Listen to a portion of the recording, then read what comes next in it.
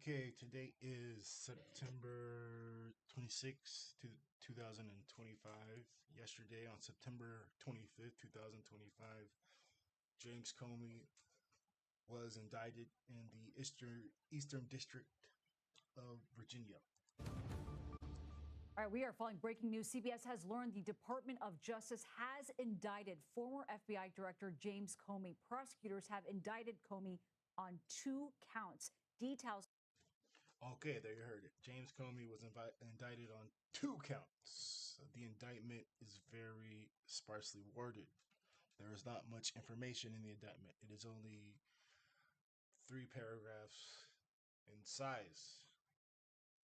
In these 3 paragraphs, we are told that on September 30th, 2020, James Comey was testifying before the Senate Judiciary Committee, and he was asked at that time, James Comey was asked, had he ever authorized someone else at the FBI to be an anonymous source in news reports? And James Comey had said he had not. He was being asked that by Ted Cruz, and many people believe this has to do with James Comey saying, "No, I never told somebody to leak to the media at the FBI," and him actually having, in fact, told a man named Andrew McCabe. I believe this is incorrect. I believe this story is way deeper than Andrew McCabe, and it actually is a story that shows you a little bit of the intelligence community and how secret agents work and how they exist, and you don't even know it, what they could be doing. Anyways, so we'll get into that, and I'll start revealing it to you piece by piece and what I think about it and what's going on here. I've been following the story for a long time. I'm kind of obsessed about it. And anyways, so the indictment. Comey's testifying on September 30th, 2020 in the Senate committee. He's being asked, did he ever tell someone at the FBI to leak to the media by Senator Ted Cruz? Committee, Chairman Grassley asked you point blank, quote, have you ever been an anonymous source in news reports about matters relating to the Trump investigation or the Clinton investigation? You responded under oath, quote, never. He then asked you, quote, have you ever authorized someone else at the FBI to be an anonymous source in news reports about the Trump investigation or the Clinton administration? You responded again under oath, no. All right, so this is the key of the issue. What Senator Cruz is asking James Comey at this time, he's saying that you had came to the Senate to testify earlier in 2017. And at that time, you were asked, did you ever tell anyone at the FBI to go and give information, leaked information to the media? And you said no. The indictment, as we will see once again in the indictment, it says that he had not, Comey had told the senator during a Senate Judiciary Committee hearing that he had not authorized someone else at the FBI to be an anonymous source in news reporting. Okay. Now, we will continue with what Senator Cruz says. Now, as you know, Mr. McCabe, who works for you, has publicly and repeatedly stated that he leaked information to the Wall Street Journal and that you were directly aware of it and that you directly authorized it.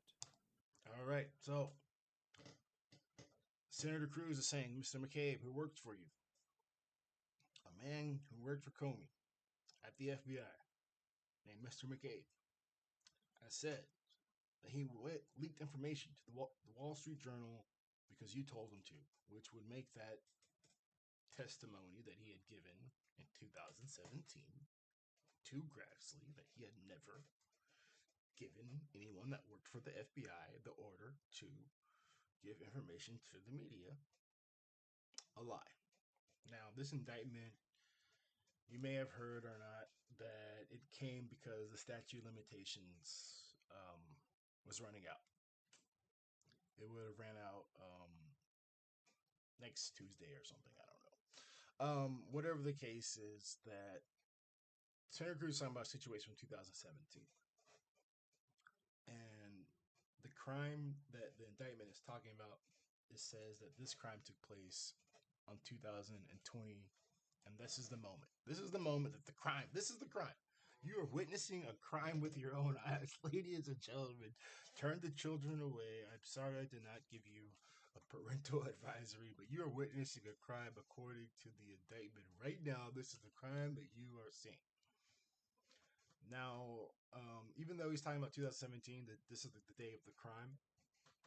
Now, the reason why this is the day of the crime, because he even says today on September 30th, 2020, he agrees that yes, what I said on 2017, in 2017 is exactly correct. That's the crime.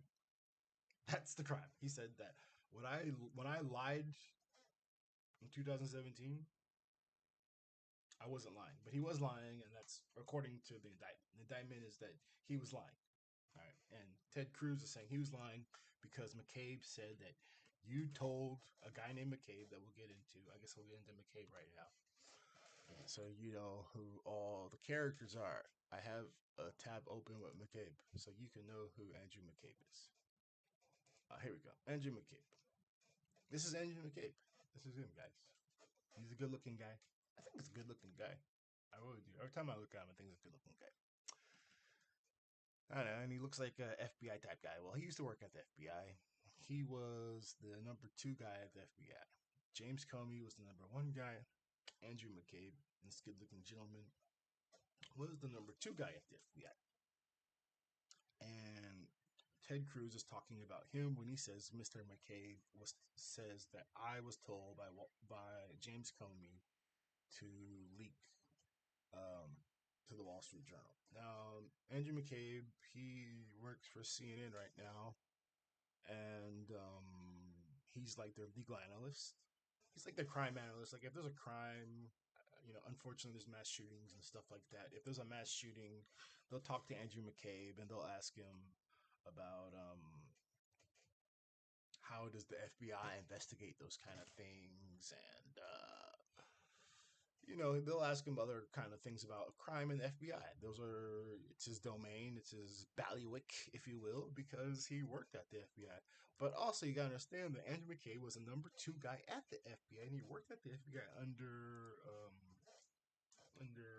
what's his face, Comey. Sorry, the reason I'm playing this video is because Andrew McCabe said something I believe very salient during the 2024 election about what would happen if Donald Trump became elected. And he had predicted that if Donald Trump were to be elected, that Donald Trump would come after someone like Andrew McCabe. I guess he would also have met James Comey as well. I have a lot of conversations with former colleagues, people who are or were in the intelligence and law enforcement community and may have worked in, the Obama administration, other places. And, people are really trying to assess, like, what is life going to be like if Donald Trump wins a second term? And on a very personal level, these are torturous discussions with their family members about whether or not they have to leave the country to avoid being unconstitutionally and illegally detained. People are actually worried about being thrown in jail or grabbed in some sort of extrajudicial detention.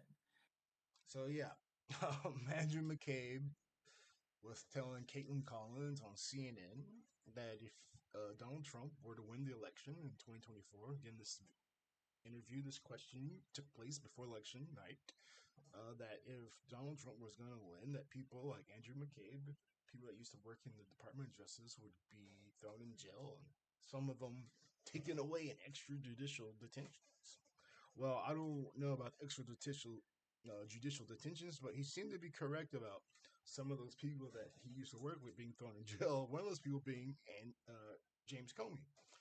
Now, let us return to our good friend Ted Cruz, who was asking Comey the moment a crime was committed, ladies and gentlemen. This is a parental advisory. A crime is being committed right now. Here we go. Have you ever been an anonymous source in news reports about matters relating to the Trump investigation or the Clinton investigation? You responded under oath, quote, never. He then asked you, quote, have you ever authorized someone else at the FBI to be an anonymous source in news reports about the Trump investigation or the Clinton administration? You responded again under oath, no. Now, as you know, Mr. McCabe, who works for you, has publicly and repeatedly stated that he leaked information to the Wall Street Journal and that you were directly aware of it and that you directly authorized it. Now, what Mr. McCabe is saying and what you testified to this committee cannot both be true. One or the other is false. Who's telling the truth? I can only speak to my testimony. I stand by what the testimony you summarized that I gave in May of 2017. So you're... That's the crime. That is the crime right there. Okay, I'm going to put it back to you right here. This is the crime. He said, hey, man, what I said in 2017 was true. What he had said in 2017 was not true, though. Okay? That's the problem. What he had said in 2017 was not true. So him saying to Senator Cruz right now that what I said in 2017 was true is a crime. And we're going to see it again. Oh my God, I can't believe I'm watching so much criminal activity. Here we go. Is false. Who's telling the truth?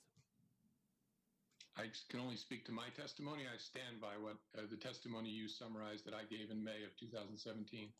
Oh my God. All right. Now, I'm going to play it further in the video. He's going to reiterate that what he said before was true. He's going to ask him like, hey man, Cruz is like, so you're telling me that you never told anybody that you to give information to the media. You never told me the FBI, even though McCabe had said that you did tell people that. And again, the point of this video is that actually I don't think this has anything to do with McCabe. So I'm wasting your time by talking about McCabe, but it's interesting. It's all the little factoids that make the story great. So, and all the great characters. And McCabe is definitely a great character. Now, back to Comey. He's about to further his crime right now. He's about to double down in his crime. He's going to, like, two-time crime, double indemnity. I don't know if that's how that happens, but that's what he's going to double down, because he's going to be like, so Cruz is like, so McCabe is lying? You're lying? Who's lying? Like, you telling me that you didn't, but McCabe told me this thing? And he's going to be like, look, look, man, I can't talk for Andy, because that's what he calls him. That's his buddy. Him and McCabe, they love each other. They're best buddies. He's like, I can't talk for Andy. I don't know what Andy done told you, but I'm going to tell you here right now that I never told anybody at the FBI to give information to the media. So your testimony is you've never authorized anyone to leak. And Mr. McCabe, if he says contrary, is not telling the truth. Is that correct? Again, I'm not going to characterize Andy's testimony, but mine is the same today. All right, I'm going to make a final point. All right, so he's not going to characterize Andy. He's like, I'm not going to say, Andy's my boy. I can't tell you, what he's talking about. I tell you, I never told anybody at the FBI that I leaked. All right, a little bit more about McCabe, because we do need to talk about who he is a little bit more. As I said, he was the number 2 guy at the FBI, but he lost his job, and because he was former top official. He's number 2, lost his job, but then he got a new job. He works at CNN, and he goes to CNN, and he talks to them about crime, but he also talks to them about his former life, as you saw him crying to Caitlin Collins about, like, oh my God, I might get, black bagged and thrown into a van and extrajudicially taken to Guantanamo Bay or something. Extrajudicially taken to Guantanamo Bay. Like, he's worried about that. But he used to work at the FBI, and when they fired Comey, he was the director. He was like the acting director. Like in the NFL, when they fire a coach, the assistant coach becomes the acting head coach. That's how it was at the FBI. When they fired Comey, he became the acting FBI director. But while he was as the acting FBI director, he got fired. And the reason why he got fired was because he was lying.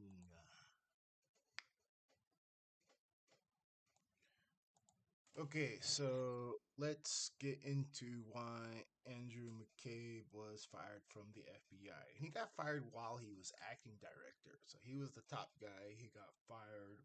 And he got fired right before he was going to collect a pension. It was kind of like, I guess you could say it was a cruel thing that Donald Trump did. He only had to like go a couple more hours. He had to make it to like 5 p.m. to the end of the day. And if he made it to 5 p.m., he would have got his like 30-year pension. Like, I don't know, like worked for there for like 30 years or how many years. He worked there for many decades. He's going to collect his pension. But Donald Trump fired him at 4:59 p.m. And the reason he got fired was for lying. Now, all right, a little bit of understanding about lying.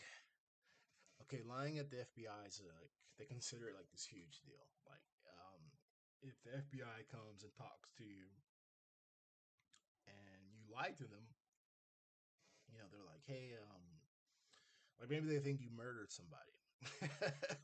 And they come there and like, where were you on Tuesday? And you don't want them to know that you were, with your mistress. So you say, oh, I was with my family. But you weren't. You were with your mistress. Now they find out that you did not murder the person and you had nothing to do with the murder, but they're still going to prosecute you because you told them a lie. The FBI, like, they're crazy about that. Like, they're so crazy about the lie. So, anyways, because they're like so crazy about other people, meaning like the regular citizenry, like normal public people about lying, they consider like lying within the department of the FBI, within the Department of the Justice. They consider that like a big offense. Like so, like they're always like investigating each other at the FBI, and it's like crazy. Basically, like if you did something wrong at the FBI, and they open an investigation into you, and what you did was wrong, but you said like, hey, they said, hey man, did you do that thing that was wrong? And you're like, yeah, I totally did that thing that was wrong. You're fine because you told the truth. Like they're gonna be like, oh, okay, that's cool. But if they ask you, hey, did you do that thing that was wrong? And you said, no, I didn't do that thing that was wrong. Like you're lying to an FBI agent, which is like you're not supposed to. Even though you're an FBI agent yourself, you're not supposed to do that. And Andrew McCabe did that 2 times. He did 3 times. He got fired for lying 3 times at the job. But the third time wasn't particularly an FBI agent he lied to. He lied to a Department of Justice employee. But the first 2 times he lied to FBI agents on 2 different days, on 2 different occasions. And the third time was a third different occasion as well with the Department of Justice employee. All right, so they wrote a report about it. They wrote a report about it, and that's another thing I kind of find interesting that it was so egregious, it was so horrible that they took time to write a whole entire report about it. So this report here is the Office of the Inspector General, United States Department of Justice. All right. There's the there's the Transport Department, there's the Treasury Department, there's all those different departments. Every department has an Office of the Inspector General. And what the Office Inspector General does, it investigates itself. So like every department has one of these guys. They're called OIGs for short. And there's one at the Department of Justice. And anytime, like maybe, say there was like a petty cash drawer where like agents could, they need $5,000 for the day to do their secret Department of Justice agent work. And for some reason, there was money missing, and no one knew really why the money was missing at the petty cash drawer. They would contact the Office of Inspector General, and he would like do a whole entire investigation to figure out why the money was missing from the petty cash drawer. And they're always like doing these investigations, and no one ever goes to jail for these things. These things are usually like end with like, it wasn't the best way that the guy went about it, but whatever. But well, McCabe is a little bit different because there was a penalty. There was actually like usually there's not even any penalty whatsoever. With McCabe, he was fired because he lied 3 times, and that's how like big it is for them. Like they're like super obsessed with the lying, very obsessed with the lying, and like they put his name in the title of the report. A report of investigation of certain allegations relating to former FBI Deputy Director Andrew McCabe. All right, like as I said, they put his name in the report. Like, imagine you worked at like a giant warehouse and you drove the forklift. Your name is Bob Smith. Your name is Bob Smith, and you drive a forklift at the warehouse. You get in an accident with the forklift. Oh no, Bob Smith. But you're okay. Everybody's okay. Thank God. Nobody's hurt. Thank God. But the thing is, though, we have to write a report because we don't want this accident to happen again. They do the report to figure out why the forklift accident happened. Now they're gonna have to put a name on the report. Do you think that the name of the report would be a report on the accident that happened the day that Bob Smith was driving the forklift, or would it be named something like a report on forklift safety, a report on keeping people secure when operating around a forklift, a report on how to avoid accidents with forklifts? It wouldn't be called like a report that Bob Smith screwed up. But that's what this report is. This report was basically like a fancy way of saying Andrew McCabe screwed up. Like the title of the report, because usually these OIG reports are not like named. They're not titled. They might be about a person and what a person did, but that person's like title is not. Their name's not in the title. But in McCabe, he screwed up so much that his name's in the title. All right. So like I said, he lied. They call it lack of candor. Like here, I don't know if I can select words with this. I can. All right. Yeah. So lack of candor. That's what they call it. That's their official name for lying at the FBI. They call it lack of candor. Here we are. Lack of candor, right? This is where we're at. Yes. The offense codes applicable to the FBI. No, we want to go a little bit further down. We want to go a little bit further down where McCabe, he really messed up. Give me a second, guys. We're gonna do a Control F. See where we can find lack of candor. Let's see.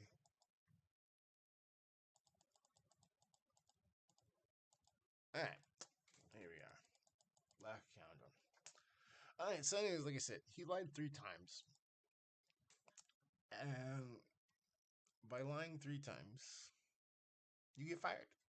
All right, so let's see. The first time, let's go through the 3 different times. First time is May 9th, right here, 2017. No, actually, no, that is not the first time. The first time is he's talking to Comey, all right, and he's talking to Comey. We found that in a conversation with found with then Director Comey shortly after the Wall Street Journal article was published. McCabe lacked candor when he told Comey or made statements that led Comey to believe that McCabe had not authorized the disclosure and did not know who did. This conduct violated FBI Offense Code 2.5. Dun dun dun. And FBI Offense Code 2.5 is a lack of candor. That's what that's about. Now, all right. What is this paragraph saying? It's a bunch of fancy words. All right. So, like, basically, they're doing the investigation, and Comey's like, "Hey, man, do you know who told the Wall Street Journal about that classified information? Who leaked information to the Wall Street Journal?" And McCabe's like, "No, I don't know. I don't know what it is." Because he says, McCabe lacked candor when he told Comey or made statements that led Comey to believe that McCabe had not authorized the disclosure and did not know who did. So there you go.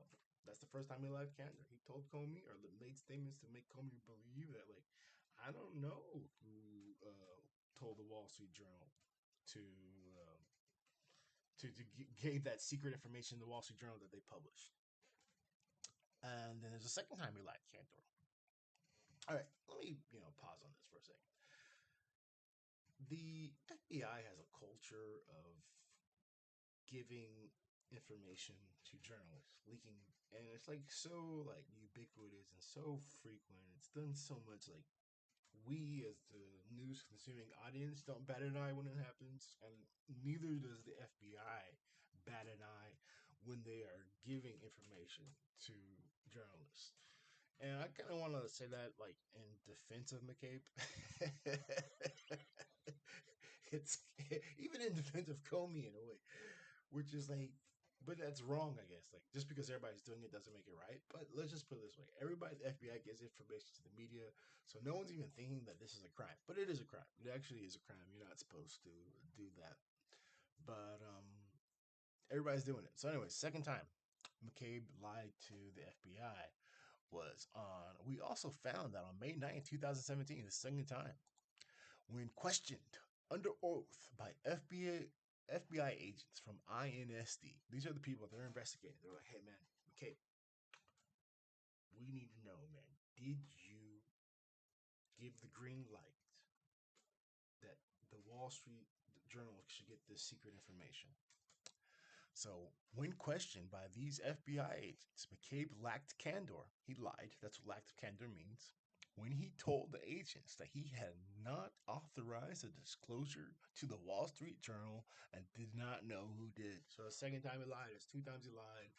And then there's a third time he lied. Third time he lied is, as I said, it wasn't to the FBI agents, it was to an officer at the DOJ, or to an employee at the DOJ. Who did he lie to at the DOJ? The guy that's writing the report.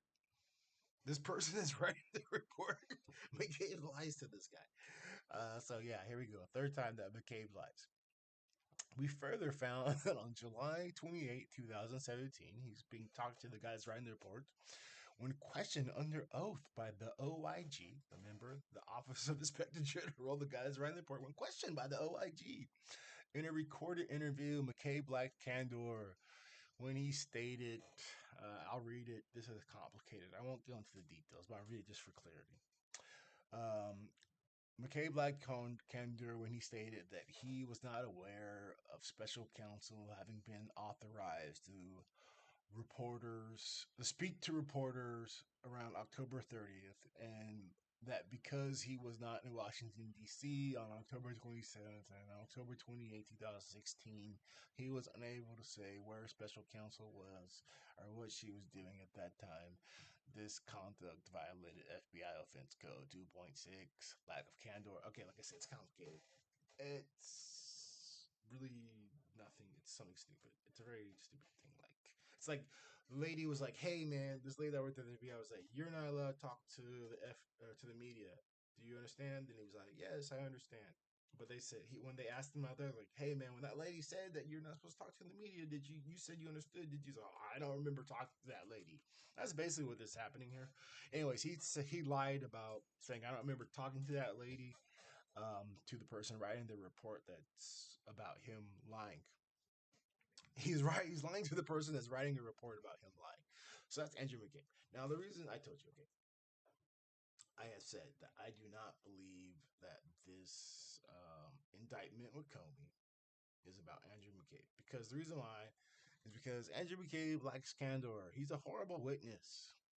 You don't want your key witness to be someone that they wrote a report about that says he lied 3 times, and that's the reason we had to fire him. It's because he was a big liar, and he just lies and lies and lies. And now he's telling the truth about Comey lying. We've told you that he's a liar. He lied 3 times. We got to document it, but this time he's telling the truth about Comey lying. That's not a good witness. So that's why one reason I don't think it's McCabe. Also, Cruz, I believe, is incorrect in the same report. So Cruz says that, hey, McCabe says that you told him to give the information to the Wall Street Journal. That's what Cruz accuses Comey of. He says that McCabe says that he never. McCabe says that he was told that Comey told him to do it. You know, I didn't do it by myself. Comey told me to do it, but McCabe never said that. Actually, McCabe had never said that. Comey. He actually said that he did it on his own volition. He didn't leak the information because Comey told him. He did it because he wanted it out there. All right, here we go. In the report, right here, they're like, these are bullet points right here. This is the heading over here, the subheading. The OIG interviews McCabe under oath on November 29th. And these are the bullet points that came away with some bullet points from that interview on November 29th. And one of the things, there are two issues that we have to look at of why I don't believe that it's McCabe that is the special agent, the FBI agent that Comey told to leak to the media. Because that's what Comey's in trouble for, okay? Comey is in trouble for telling an FBI agent to give information to the media. But that's not actually what he's in trouble for. He's in trouble for then telling the Senate that I never did that. That's what he's in trouble. He's not in trouble for telling an FBI agent to give the information to the media. Because like that's not a problem. That's fine. We do that all the time. We do that every day. That ends in Y. And like I said, we see it in the media. Like we consume that because you'll be like the news, like CNN will be like breaking news. CNN, FBI or FBI sources say. You'll read in the New York Times. According to an FBI source, that's a guy that's like leaking. And it happens all the time. Like every article that you read is like an FBI source said this, an FBI source said that, because he's leaking. He's leaking. That's what's happening. All right. So, anyways, I don't think Comey ever told McCabe to leak, and McCabe never said Comey told him to leak. All right, here we go. They give McCabe this interview, and bullet point number 2, that he is McCabe. What we got from this interview, that McCabe, told us, did not recall discussing the disclosure with Comey in advance of authorizing it, although it was possible that he did. All right, what does that mean? That means that he did not recall telling Comey about the disclosure in advance of authorizing it. McCabe authorized it. McCabe gave the green light. McCabe told 2 subordinate employees of his, go tell the Washington Journal this information. He did it on his own volition. Nobody at the top told him to do it. But he obviously knew that, okay, let's not make Comey. Like, I obviously knew Comey would love it. We're going to find that out very soon, that Comey loved it. Comey thought it was the greatest thing ever. Because when Comey found out about it, he was just tickled pink. He was like, oh, that's so wonderful that you leaked that information to the wall. But Comey didn't know. McCabe did it by himself. No, Comey did not tell him to do it. He found out later and he loved it, but he did not know before. And we just read that in that line again. Let's read it. That he, Andrew McCabe, did not recall discussing the disclosure with Comey in advance. That means he did not know before of authorizing it. So he authorized it. He did not discuss it before telling Comey. But the OIG does equivocate. It does says, although it was possible that he did. So the OIG is saying, like, he might have been lying to us here. He might have discussed it with Comey. But anyways, the second bullet point would reinforce the idea that Comey did not tell him to do this and that he had done this on his own volition. It says that after publication of the October 30th Wall Street Journal article, he told Comey that he had authorized the disclosure. So the Wall Street Journal article comes out. I'm sure Comey's looking at it, like, oh my God, like, how did the Wall Street Journal get this secret information? And McCabe says that he told him. It says, after the publication of it, after publication of the October 30th Wall Street Journal article, he told Comey that he, McCabe, had authorized the disclosure. Look at that. He told him afterwards. So Comey didn't know before. And then it says, now this is how you know, like, even though, like, Comey didn't tell him to do it, McCabe knew that Comey was going to be, like, stoked. That's why he told him. Like, if he wouldn't have told Comey that I did it if he didn't know Comey was stoked. He, like, goes and runs to him, like, hey, man, you see the Wall Street Journal today? Comey's like, yeah, I did see it. He's like, it's crazy, man. That's so crazy. It's so good. You know, it's such a good article. And he's like, you know why they know all that? And Comey's like, why did they know? Why did they know? And McCabe was like, because I told them. I told them everything. And we know Comey loved it because he says, then, here we go. Read it. This is in the report. It says, and then Comey did not react negatively, just kind of accepted it and thought it was good. He thought it was good that they presented this information to rebuke the inaccurate and one-sided narrative that the FBI was not doing its job. So there you go. McCabe goes, leaks the information, and goes and runs and go tell Comey, hey, Comey, do you know what I just did? Comey, guess what I just did, my man? Andy, what did you just do, Andy? I told the Wall Street Journal everything. So that's why I don't think Comey told McCabe to do anything, because why is McCabe running to tell Comey, like, look what I did, look what I did? If Comey had told him to do it, Comey did not know. So those are my two reasons that McCabe is not the person that Comey had told. One, McCabe is a horrible witness. He lacked candor 3 times. There's a whole entire report about it. That is what this report is about. The report is about McCabe lacking candor 3 times. And the second reason is that it said in the report that McCabe was like so giddy to go run and tell he was so happy to tell Comey about it. So I think he did it all by himself. And at no point in the report does it ever say McCabe ever tells anybody that, oh, Comey told me to do it. But he does tell, like, but I did tell Comey I did it. Comey didn't tell me to do it, but I told Comey I did it. All right, then. So if it wasn't Andrew McCabe that Comey told to leak information to the media to, who in the FBI did Comey tell to leak information to the media to? A lot of people will say that they think it's a guy named James Baker, which is a viable candidate, but I don't believe that it's James Baker either. And I'll leave James Baker to another day. Today we're going to talk about someone else, someone that I believe who James Comey is in trouble for giving the order to give information to the media to, that worked for the FBI.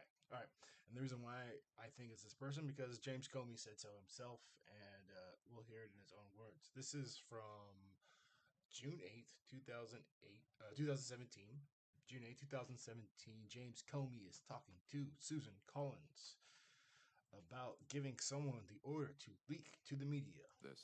And finally, did you show copies of your memos to anyone outside of the Department of Justice? Yes. Did you show somebody copies of your memos outside the Department of Justice? Yes, I did. And to whom did you show copies? I asked, President tweeted on Friday after I got fired that I better hope there's not tapes.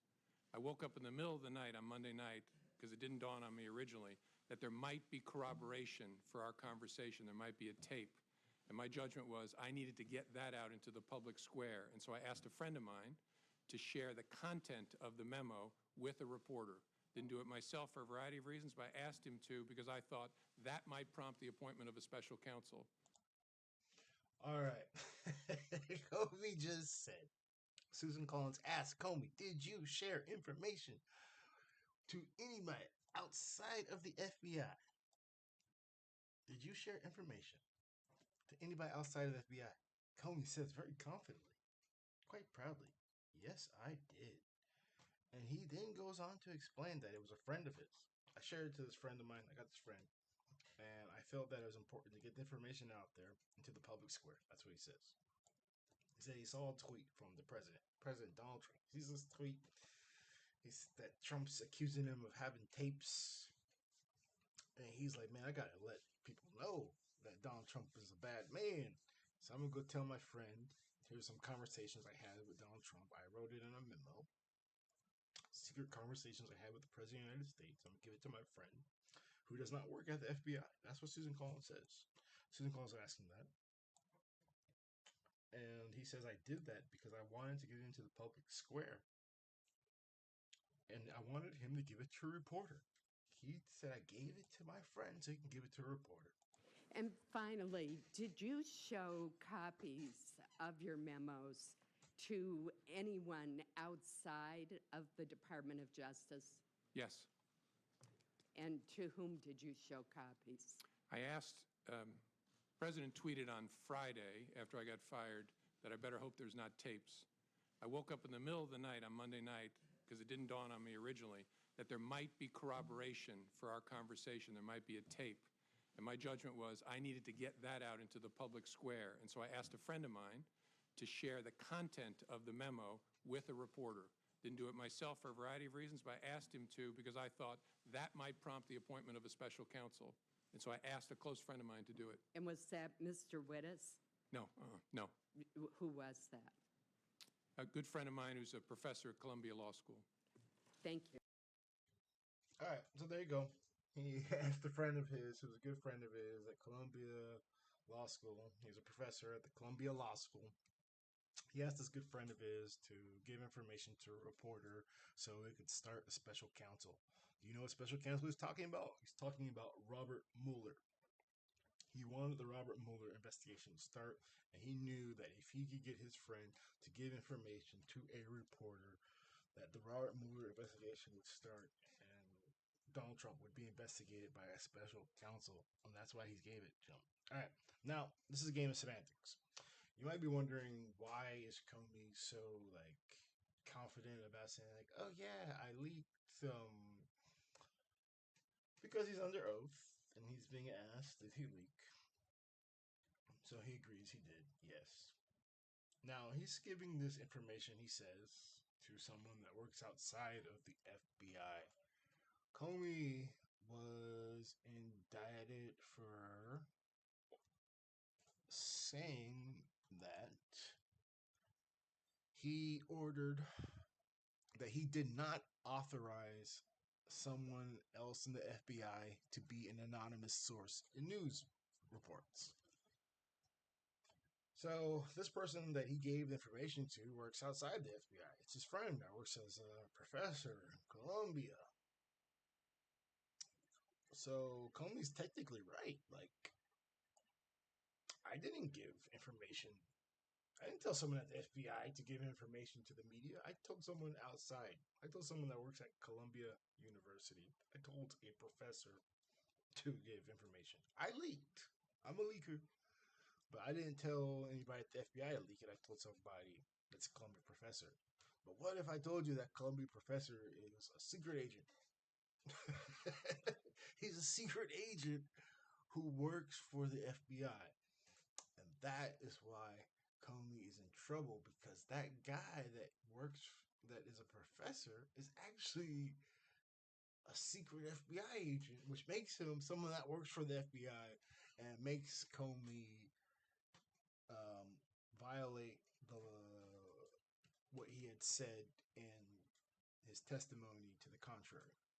When Comey said that I did not tell somebody in the FBI to leak, it's not true, because his professor friend works for the FBI. His professor friend is not just a professor at Columbia, he's also a secret FBI agent.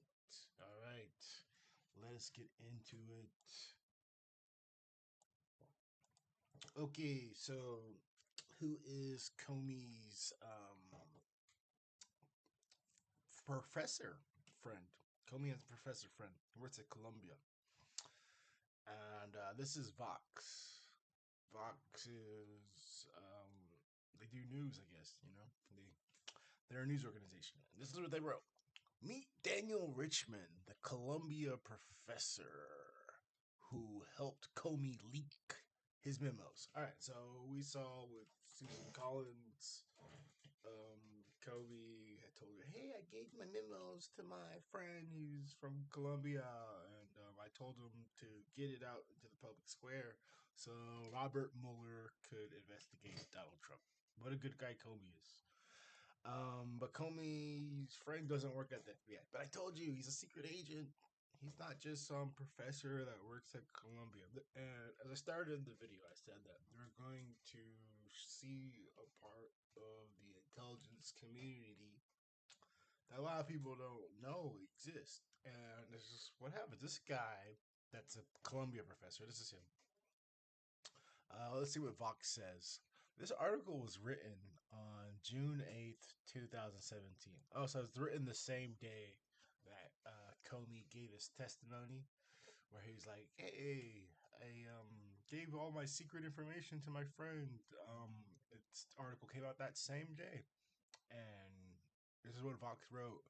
One of the strangest moments in the James Comey hearing came when he cryptically confirmed asking a close friend to leak a memo about his dealings with Trump to the press. Comey didn't name him, but he was referring to Daniel C. Richman, a professor at Columbia University's law school, best known as an advisor to Comey. So that's him, dude.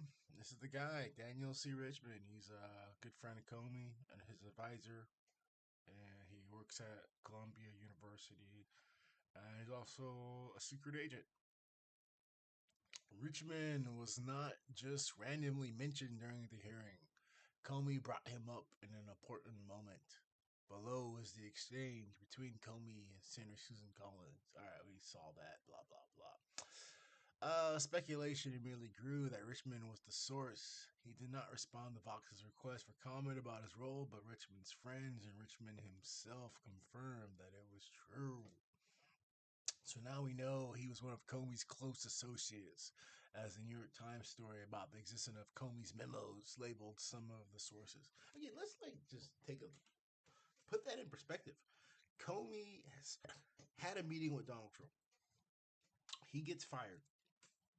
He took from that meeting notes about what the president said. So when you're supposed to talk to the president of the United States, it's like top secret. You're not supposed to go out there and tell the world what you and the president talked about. But Comey took the notes of his meeting with the president, gets fired, and he goes and runs and tells his professor friend, because he's like, man, because I got fired, there needs to be a special counsel, and I hope it's Robert Mueller. And I need political will. I need the public to want the special counsel, and I'm going to get the public to want the special counsel by getting an article out in the New York Times that my friend is going to help me facilitate to happen. So this friend of his that works at the Columbia University, but is also an FBI secret agent, and this is why Comey is in trouble right now, because of his friend and telling his friend to do this, because his friend works for the FBI.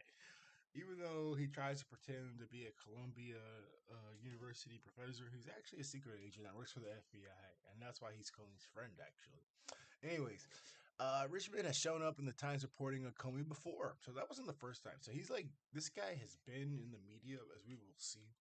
I will show you that this guy, Richmond, goes to the media and talks about Comey and always tells media to write positive stories about Comey, because Richmond is a secret agent and his mission is to talk to the New York Times. It's a pretty cool job.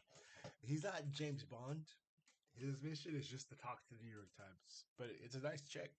Anyways, because that's his mission, that means Comey's telling him to go talk to the New York Times. That means Comey was lying when he told Senator Grassley in 2017, a video I have not shown you, that I never told anybody in the FBI to give information to the media, but we saw that he told Susan Collins that, I gave my friend the Columbia professor, and his friend works for the FBI. I've not given you the proof of that yet, but there is proof that this man is a secret agent, and I'm not just saying it. There is actual proof this man's a secret agent. Anyways, a Richmond has shown up in the Times reporting on Comey before in an April 22nd, 2017 piece on how Comey tried to keep politics out of the FBI's work. Richmond defended his friend. Jim sees his role of as apolitical and independent. See, that's what Richmond, they gave him a quote in the New York Times. And when they asked him, give us a quote about Comey, he's like, well, Jim sees his role as apolitical and independent, he told the Times. This secret agent. Anyways, this guy, he's a Columbia professor, secret agent for the FBI. And I'll show you that he's a secret agent for the FBI. Because here we go. All right, this is it. This is the proof. This is a document. It's a document from the United States Department of Justice, Federal Bureau of Investigation. It was like a secret document. It's about. It came out recently, but it came out originally in 2021 inside the FBI. It was a secret document, but it came out. It was recently declassified. It's about an investigation called ARTIC HAZE. All right, so this thing called ARTIC HAZE. It's about all kinds of stuff. But for us, as we care about, it's about Comey's friend being a secret agent. That's what we care about ARTIC HAZE being about as it pertains to Comey going to prison. Well, I don't know if that how the story ends. The story might not end that way. But anyways, let's go here. Comey, RICHMAN, and their interactions with the media. All right, now I want to give credit to this document to Catherine Herridge. She is an independent reporter on Twitter. I'll put her link in the information. You should support her because she's the best reporter on all this information. Anyways, so I got this document from Catherine Herridge. She gives all these documents out. You know, she gets these documents. She's good at getting these documents, and she's great at sharing them as well. And so I'll put Catherine Herridge's information. Now, thank you to Comey, RICHMAN, and their interactions with the media. So this thing's about to tell us that this guy's a secret agent. This is an internal government document that's written 2021 that has been declassified. It says, by way of background, RICHMAN is a Columbia University law professor and a close friend of Comey. They met while working as assistant United States attorneys, or AUSAs, in the Southern District of New York. The New York Times article contains several quotes attributed to Daniel RICHMAN, which defended Comey's decisions to make unilateral public statements about the mid-year exam investigation. That was the name of the investigation into Hillary Clinton. They called it the mid-year exam investigation. Anyways, in 2015, Comey instructed the FBI to hire RICHMAN. So here he comes, the secret agent right here. This is how he became a secret agent, this Columbia law professor. This is it. In 2015, Comey instructed the FBI to hire RICHMAN as a special government employee, SGE, and to grant him a top secret clearance with access to sensitive compartment information, SCI. All right, so anyways, this guy is a professor at Columbia, and Comey's like, hey, man, I'm the director of the FBI. He's my good friend. Why don't I make him a secret agent? Why don't I give him classified access to classified information? And there's a reason why Comey wants to give this guy classified access to information. The reason why Comey wants to give his good buddy classified access to information because he wants his good buddy to plant stories in the news for him. So, but he doesn't want to go to jail for giving information to somebody that does not have top secret clearance.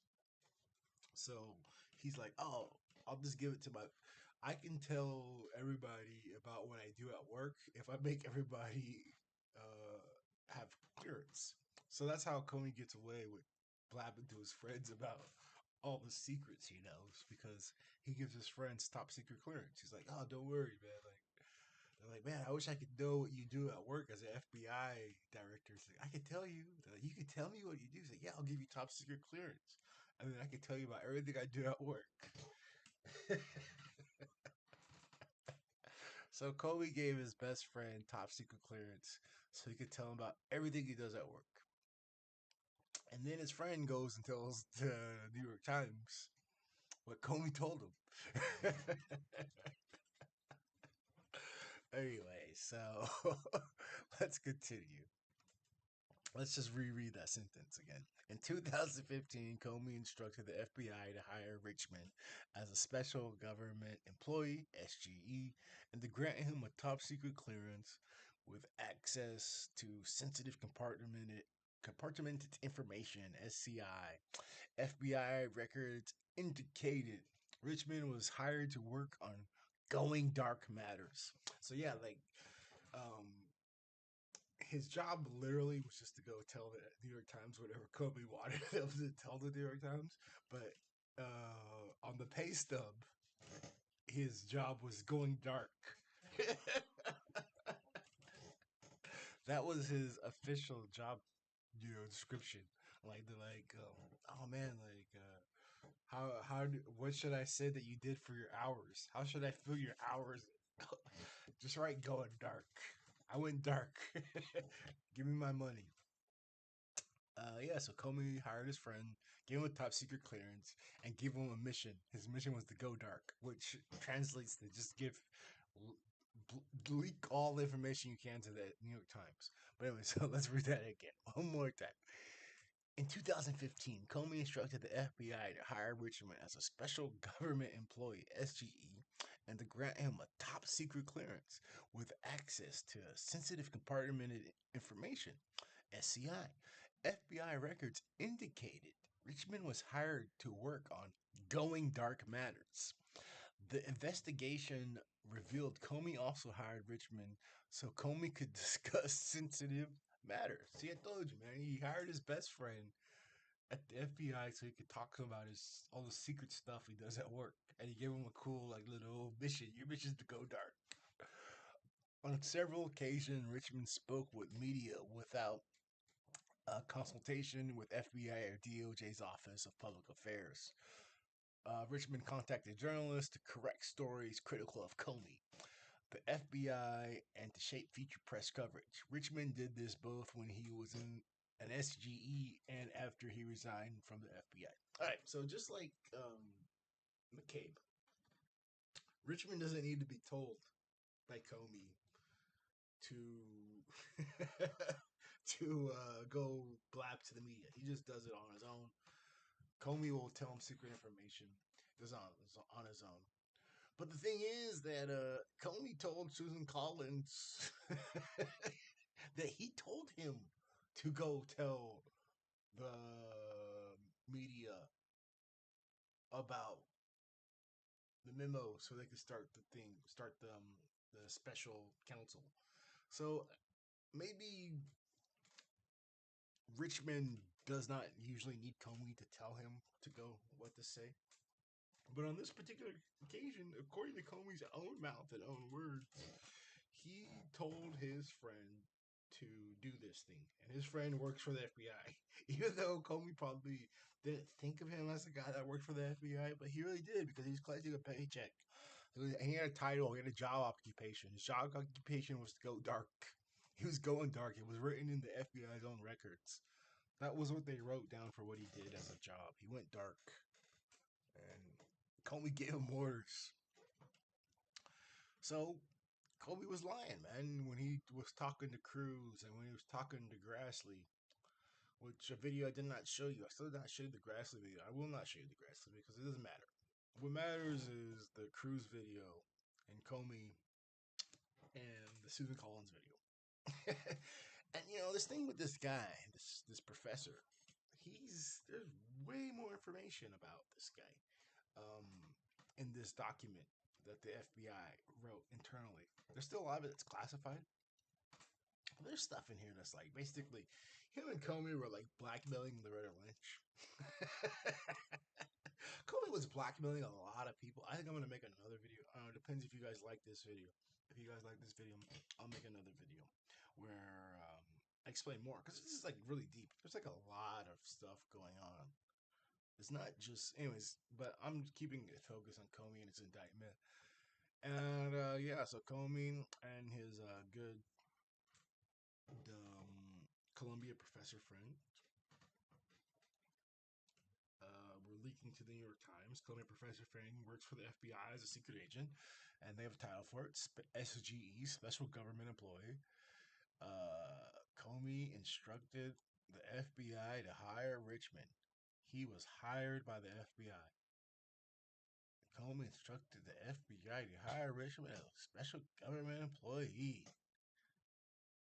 The FBI records indicated in the records. He's in the records. He's in the records. And what did they indicate about him?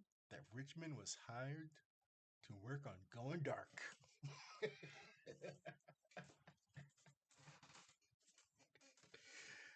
Man, what does this guy do? I go dark.